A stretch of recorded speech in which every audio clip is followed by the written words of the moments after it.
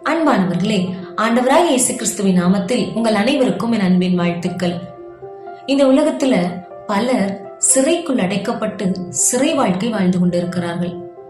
அவர்கள் மட்டும்தான் சிறை வாழ்க்கை வாழ்கிறார்களா என்று யோசித்தால் இல்லை, நாமும் கூட சில நேரங்களில் மனச்சிறைக்குள் அகப்பட்டு கட்டப்பட்ட நிலையில் செயல்பட முடியாமல் சோர்ந்து போய் இருக்கிறோம். இதற்கு காரணம் என்ன? யாரோ ஒருவர் சொன்ன வார்த்தைகளினாலோ, சில தோல்விகள் ஏமாற்றங்களை கண்டதினாலோ எழும்ப முடியாமல் முடங்கி போய்விடுகிறோம். வார்த்தையால் ஒரு மனிதனை உடைக்கவும் முடியும், மகிழ்ச்சியாக்கவும் முடியும், செதுக்கி சிற்பமாக்கவும் முடியும். ஒருவேளை சிறை வாழ்க்கைக்குள் சிக்கி செயல்பட முடியாமல் மனம் துவண்டு போயிருக்கிறீர்களோ?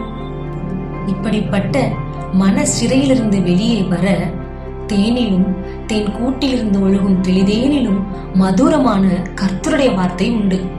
அந்த வார்த்தை செத்து போன உங்கள் மனதை உயிர்ப்பிக்கும், உங்களை செழிக்க பண்ணும், மேன்மைப்படுத்தும், உருவாக்கும், செயல்பட வைக்கும்.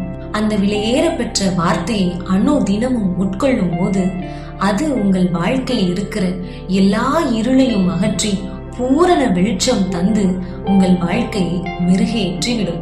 ஏற்ற சமயத்தில் சொன்ன வார்த்தை வெள்ளித்தட்டில் வைக்கப்பட்ட பொற்பழங்களுக்கு சமானம் என்ற வசனத்தின்படி எல்லா சமயத்திலும் எல்லாரிடமும் நல்வார்த்தைகளையே பேசி உடைந்து போய் இருக்கிறவர்களிடத்தில் தேவ அன்பை பகிர்ந்து எல்லாரையும் கிறிஸ்துவுக்காக எழுப்புவோம். வேதத்தை நேசிப்போம். வேத வார்த்தைகளை ஒவ்வொரு நாளும் மறவாமல் உட்கொள்வோம். பிறரிடத்திலும் ஆசீர்வாதமான வார்த்தைகளையே பேசுவோம். வார்த்தையாகிய கிறிஸ்து தரும் ஆசீர்வாதங்களை முழுமையாக பெற்றுக்கொள்வோம். கர்த்தர் நம்மை ஆசீர்வதிப்பாராக. ஆமென்.